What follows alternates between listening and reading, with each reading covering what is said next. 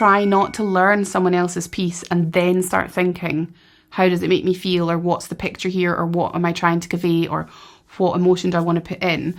Because it almost can become a different piece if you learn it after the fact, if you like. So I like to be thinking about that all the time.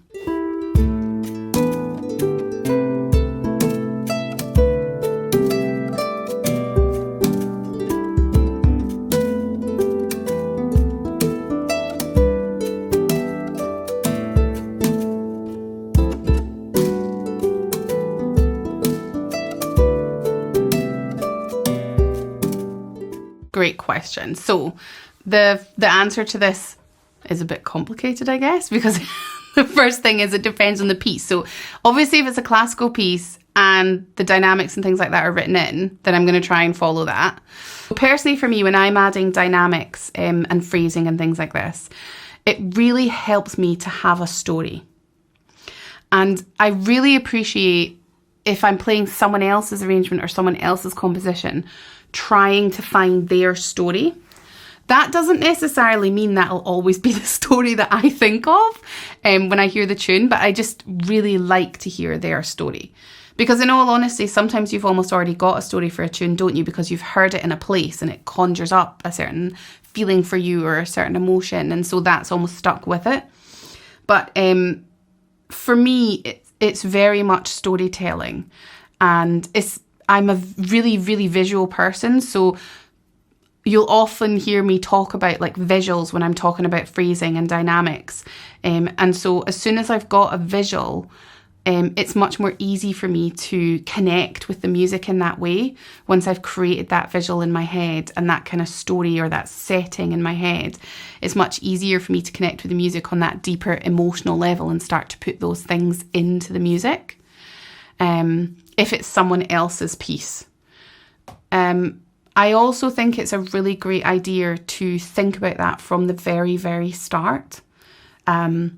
Try not to learn someone else's piece and then start thinking, how does it make me feel, or what's the picture here, or what am I trying to convey, or what emotion do I want to put in? Because it almost can become a different piece if you learn it after the fact, if you like. So I like to be thinking about that all the time.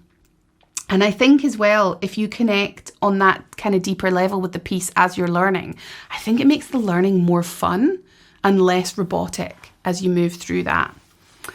I've also had pieces where I've felt a connection with them, like I've not maybe been able to find the story and I've felt my own connection with them. And then I've heard the story and that's really changed how I've approached the dynamics and the phrasing, because I've heard a different story that was behind it.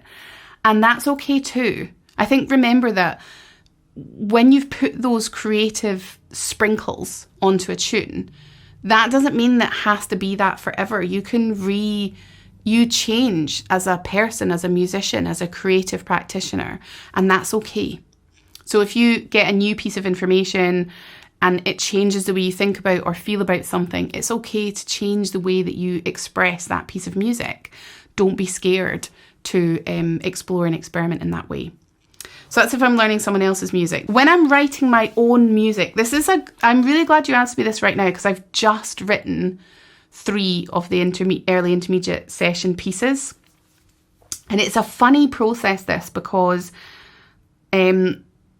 you're composing for pleasure, and the pieces that I've written are so kind of part of me, but I was writing them for a purpose, and I knew that they had to have early intermediate skills in them, and I had an idea of some of those skills that I wanted to have in them. So it was kind of, in a way, it sounds like it's a backward process. When I'm writing the piece, the emotion comes as I'm writing it. And again, you'll notice from the names of the pieces that it's always a place or a person or a journey or something like this that kind of inspires the pieces. And so the emotion is very much there from the beginning. And for me, it's quite hard then actually to change that emotion in my own composed pieces. So I find it quite easy to change the emotion in pieces that I've learned if I hear a bit of another piece of information. But like, let's take Sky Without End, for example, because some people are learning that. It's quite an emotional piece to me, because it's sad because there's no end, but then it's also hopeful because there's no end. But I don't feel, I don't want you guys to feel sad about this, but I don't feel it's a happy song. There's a slight hopefulness in it, but it's almost like really distant. And I think if someone said to me, oh, Heather, I love your Sky Without End, it makes me feel like really uplifted and, like great things are going to happen. I would love that. I would love them saying that, and I would love that they connected with that music in a different way, and I'd love to hear them play it in that different way. But I would find it very difficult to connect with that music in that way, because when I'm writing, it's like I feel like I almost put a piece of myself into the writing, and then I can't change it.